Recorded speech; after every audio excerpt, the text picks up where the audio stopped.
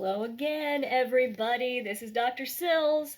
Still feeling weird because I am dressed up in work clothes and makeup to sit in my own house. And I don't know what to do with that. But I'm also feeling a little smug because I got work shirt on, but stretchy pants. Stretchy pants, yeah, because the eye of the webcam doesn't know what my life is like. Anyway, we are meeting again, virtually, I guess, for our second lecture of this week. And this lecture is designed to focus a little bit on the civic nature of the speech, because it's really hard to understand speaking for an audience, particularly a big audience, if you don't know the mechanics of where big audiences come from or how they work. And as such, I'm going to go ahead and go through a little political theory with you, actually, to show you where a civic polis comes from and to help you understand those mechanics so you can talk to people in the way that they function rather than throwing shit at the wall and seeing what sticks, right? That's not how we give a speech. Now, I'm going to begin by addressing a little bit out of the chapter. Now, if you have your book with you and you read the textbook chapter about civic persuasive appeals, great. You have a really good in-depth understanding. If not, let me go ahead and summarize for you what the Hostetler and Call book had to say about giving a civic persuasive appeal. There are four things, four simple rules, basically, that they give you toward giving this kind of a speech, which once again is a speech that you will be giving for your entire life anytime you want to persuade people to solve a problem. They recommend, first, number one, that you be ready to speak, yeah? And that seems kind of, like it should go without saying, particularly for somebody taking a class like the one you are enrolled in right now, because you know you have to practice. But you always see that scene in movies where there's like a town hall meeting and all the cowboys are there and they have to settle what to do with the outlaw. And people just start standing up and just like ranting about what we should do. And oh, I have a solution to the problem. And they sound dumb, don't they? They sound super dumb. And you don't want that to be you. So be prepared to speak. Simple rule number 2 is crucial, and that is communicate, don't antagonize. Communicate, don't antagonize. That means it's not your job to get up and start putting everybody in their place. It's not your job to piss people off, because pissed off people don't like you and they don't want to agree with you. So if you want to be persuasive, communicate, don't antagonize. Number 3, focus on today. Not yesterday, not tomorrow. Focus on today. Because if you start going on and on and on about how whatever your solution is going to benefit future generations, frankly, don't you tune out a little bit when people start talking about future generations? Don't you tune out a little bit when people start talking about, oh, well, the crimes of yesteryear need to be addressed? No, that's not a turn on, is it? You want to be in the moment, in today, because that's when the problem exists. So make sure that you address today to seem relevant.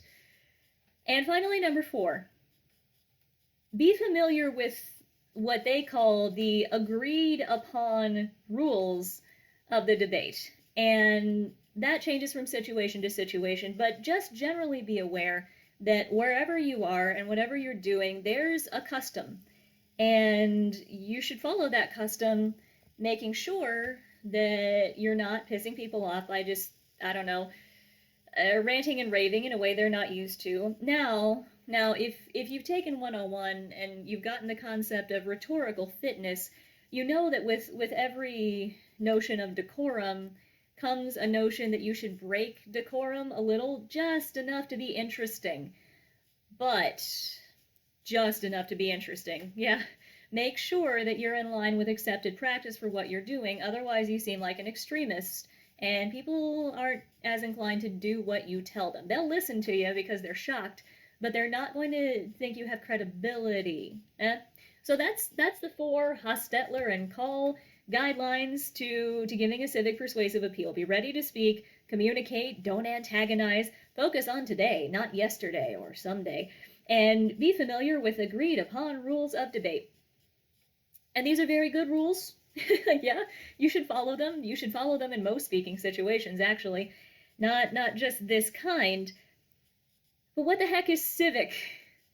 This is where I think we really need to kind of revisit the chapter's premises, because we have to figure out, if we're giving a persuasive appeal, where this big throng of people came from and why it's important that we learn how to persuade big throngs of people, big groups of people, because that's how society moves, isn't it? Yeah, you persuade a big group of people that they should think or do something, and then when they do it, bam, you got progress. But in order to understand that, we have to understand political theory, yeah? We have to understand what a throng of people is and how it thinks together so that we can manipulate what it thinks.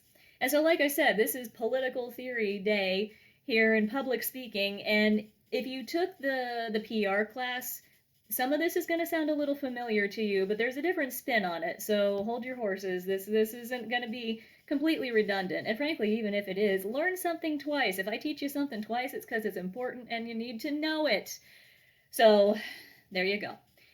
Now, here we begin our journey through the history of political theory to discover the source of crowds, or of crowds thinking and functioning together. And our story begins in 1762 with a guy named Jean-Jacques Rousseau.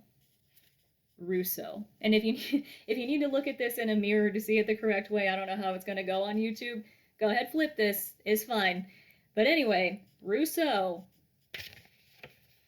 had this radical notion that governments should be accountable to their people. Yeah, he knew there was a crowd of people being governed, and he lived in the age of monarchies, of divine right monarchy, and kings pretty much did what they wanted to people, and that didn't work out so well.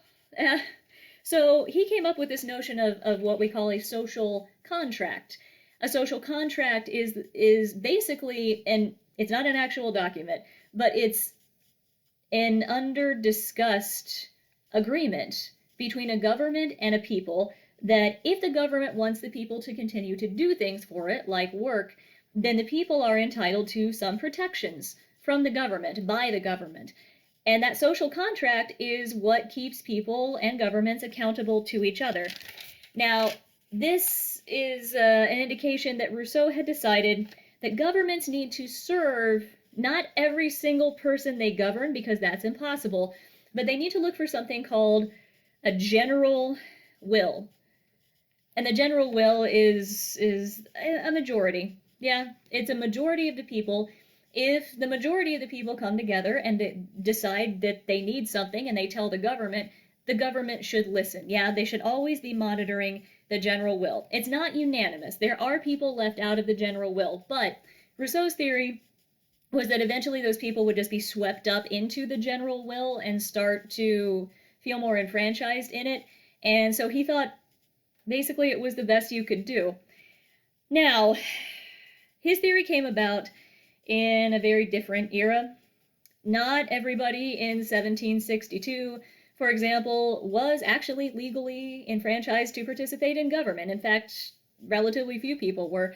And not a lot of people could read. So not a lot of people were very informed about the policies that these monarchies were implementing.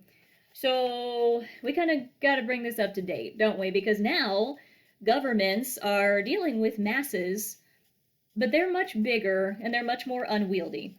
We live now in an electronic age where everybody can participate if they have the means to get on the internet. Yeah, and we have much greater literacy. We still don't have universal literacy, but we have much greater literacy. And so we have to account for many more people being involved in the crowd that we are trying to listen to when it comes to holding crowds and governments accountable to each other. That brings us to another theorist Marshall McLuhan. This guy's Canadian, by the way. And Marshall McLuhan basically looked at the world of electronics. And by the way, this is in the 60s, so he's not even dealing with the internet. But to his credit, Marshall McLuhan sees the internet coming, or he sees the effects of the internet coming anyway, and it's very prescient and very fascinating. But he says that we live in a world defined by sheer information. The world isn't really defined by the relationship of governments and people anymore, because people's worlds, people's lived existences are information. We just consume information. We are almost nomads traveling around in this information grocery, maybe this information savannah, and gathering what we can and doing with that information whatever we want. Now, here's what that does to the idea of a general will, though. Now, keep in mind, lots more people involved in the general will. Also keep in mind, though, that whereas the general will was something before that was very grassroots, yeah, people would talk to each other, and then eventually they would send somebody to the government to tell them what they wanted. Now the public, or the general will, is called public opinion. And public opinion is not something that is a grassroots decision. Public opinion is something that the elite of society measure from the top. So they'll do something like a survey electronically, and they will figure out what the people want that way. So public opinion doesn't really have as much involvement from the people, except in the very passive respect, they occasionally give little nuggets of information about themselves to the higher ups. So not only does the elite dictate or measure public opinion, some scholars argue that they dictate public opinion, or they create it. This brings us, and we're going to travel back in time a little bit to the 1930s here, but same kind of social milieu. This is a German theorist whose name is Carl Schmitt. And he's not very well known, but if you read him, he's fascinating and actually incredibly easy to read. But Carl Schmitt was writing during the Weimar Republic in Germany, which again, 1930s. And he notes that really, if you look at democracies, you don't see a lot of actual democracy. Yeah, the government isn't really, sitting down with the people every time it needs to make a decision and saying, hey, the people, according to our social contract, we should measure the general will, or we should get public opinion, and that will tell us what we should do. No, the government makes most of its big decisions behind closed doors, and the people really have no idea that a ton of this stuff is happening. We just go about our merry little Netflix-saturated existences. We go to work, we come home, we eat food, and we go to bed, and at no point are we like, I should give consent to my governance today. Yeah, that's just not how democracies really, when they're that big, work.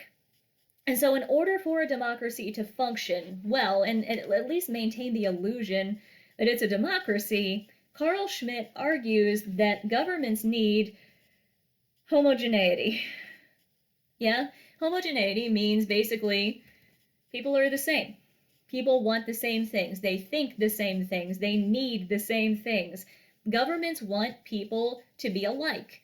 Because if people are alike and they have similar wants and needs and thoughts, then it's very easy to say, oh, we gave you what you wanted because we gave you that one thing. So people, you're fine. Social contract has been achieved.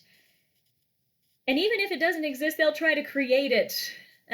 If a government is dealing with a very heterogeneous society where there's a lot of difference of opinion and a lot of dissent even, governments, according to Schmitt, will try to quell that and create instead a public sphere where everybody wants the same thing.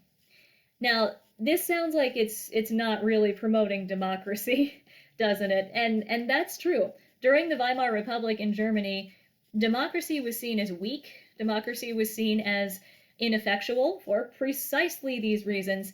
And funny enough, these arguments against democracy paved the way for what happened in Germany in the next decade, the 1940s. Any idea what that was? Oh, ding, ding, ding, you got it, it's Hitler! These arguments paved the way for fascism. And that probably is a turnoff for you, I'm assuming. But, the arguments also went off in a different branch later in the 1960s because media theorists found them.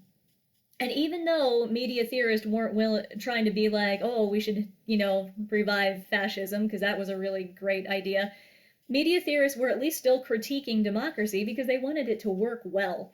And so what they did was that they started arguing about, if the government is trying to create homogeneity in its population, you know what a really good way to do that would be?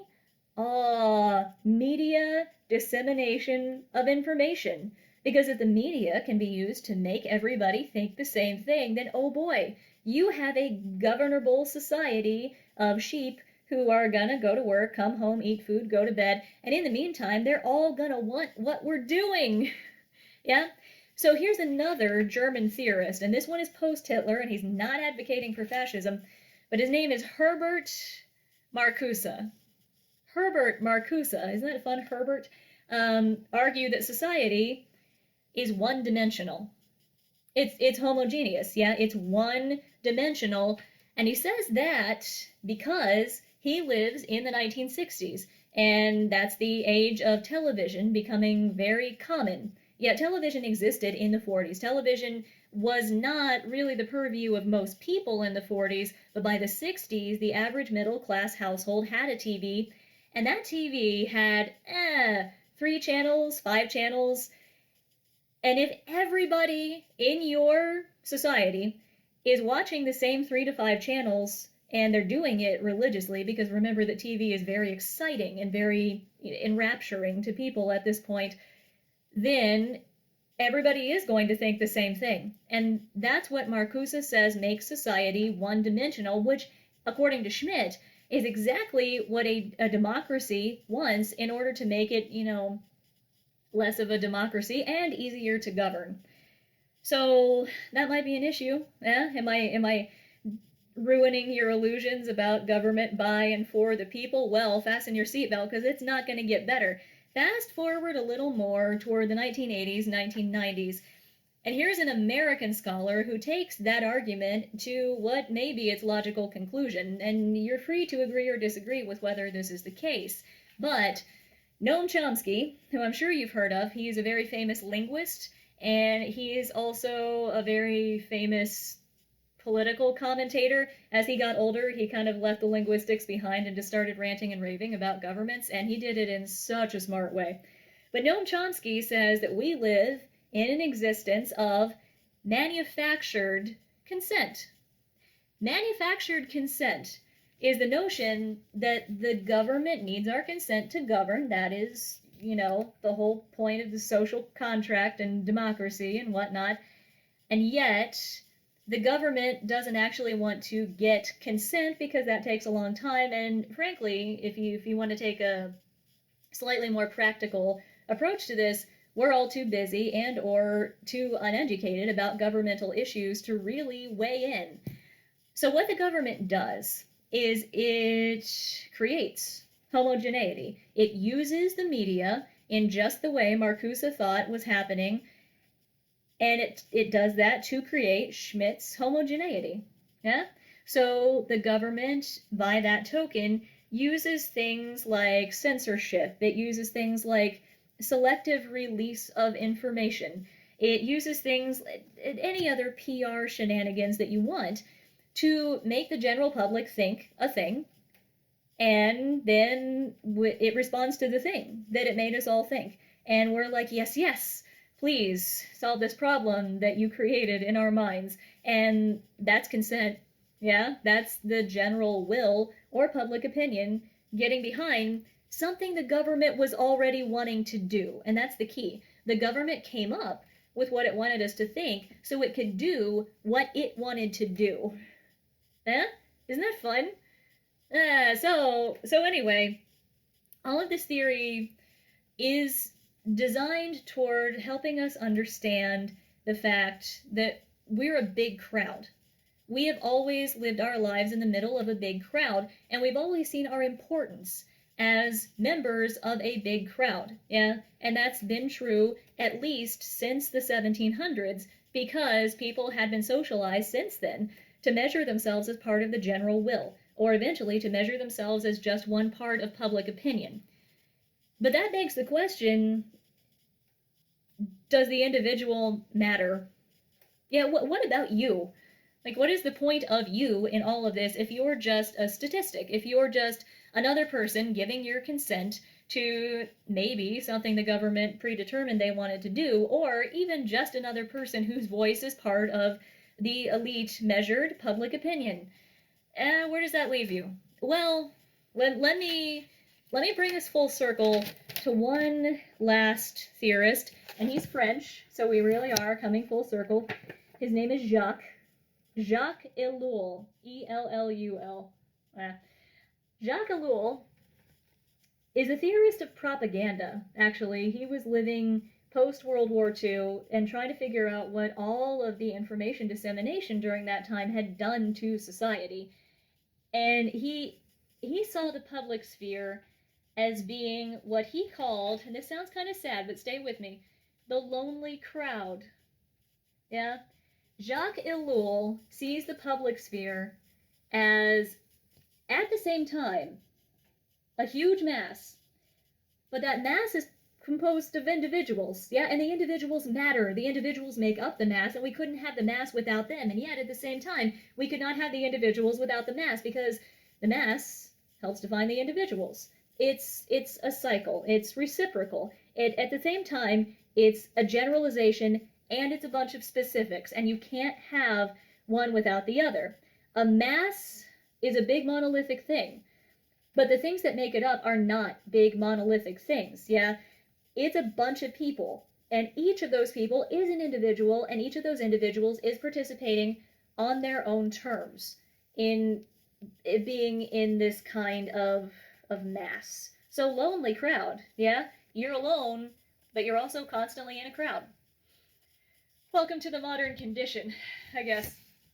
Now, if we were in the classroom together, I would take this opportunity to stop and ask you what you think of all this. Like, do you buy what I'm selling you? Or do you think that really we all actually have a voice in society? Or do you think something completely different? I don't know. Maybe you're the next Herbert Marcuse and you're going to come up with a brilliant idea. And if you do, congratulations. I would like a credit at the beginning of your book for inspiring you to think about these things. In the meantime, while you're working on that, though, think about how this rubs you, but also think about this. And this is why I'm giving you this lecture when you're about to give your civic persuasive appeal. It's because you have to figure out how to talk to people and masses at the same time. That's what all of these theorists have been trying to get at since 1762, since Rousseau came up with the idea of a social contract. He was trying to figure out how a mass of people composed of individuals could be persuaded, or could be at least unanimous enough to be governed. Now, in this case, you're the elite. Keep that very much in mind. You are not a member of the lonely crowd anymore. You're outside the lonely crowd trying to figure out how to access the people in it. And you somehow have to figure out how you can chat with people as people, and at the same time, get them all to agree with you in a huge mass. Like, you want them all to have the same opinion at the end of your speech, don't you? You want them all to agree, and they're all going to come to that path through different, mindsets. And so you have to take, in the case of our class, 15 people, and make them think the same thing, but realize they're all thinking that thing for different reasons. Yeah. This is hard. This is hard stuff. This is why we're doing this in college. Yeah. Like, if you were just to go try to persuade a bunch of people by yourself without this kind of education, it would be really hard because you're not appreciating the mishmash of generalization and specifics that you're dealing with. All of which is to say that you have to understand that. You have to understand the whole progression that I just gave you because then and only then do those 4 rules from the Hostetler and Call chapter matter. You have to do audience analysis, and you have to understand the nature of an audience, and then you can get prepared to give a little speech. So that's that. Yeah? I want you to wrestle with these concepts, and I want you to wrestle with the fact that you are not just vomiting information at people and telling them what to do. You are persuading, and that means you're accounting for every single member of your audience, but getting them all to come together and do the exact same thing. So be the elite. Be the controlling mechanism of bringing society together. And you could argue that even though this theory sounds very dystopian, oh, well, democracy is a farce, yeah? At the same time, you can do this for the greater good, yeah? You can convince people to make society better. You can convince people to do the right thing. And if you can do that, then maybe all this theory isn't as insidious as it sounds. Anyway, that's my 2 cents. So there you go. We're going to keep now going forward talking about ethics, and I think you can appreciate the stakes a little bit better now that you understand the nature of the crowd of people you're talking to. As we get into ethical readings, things are going to get sticky. Again, things are going to get very gray. There's not a right or wrong here, but things are also going to get just delicious to think about. So I hope you're looking forward to that next week, and I hope that you have a nice and relaxing weekend where you can at least look out the window at some sunshine, if nothing else. See you later.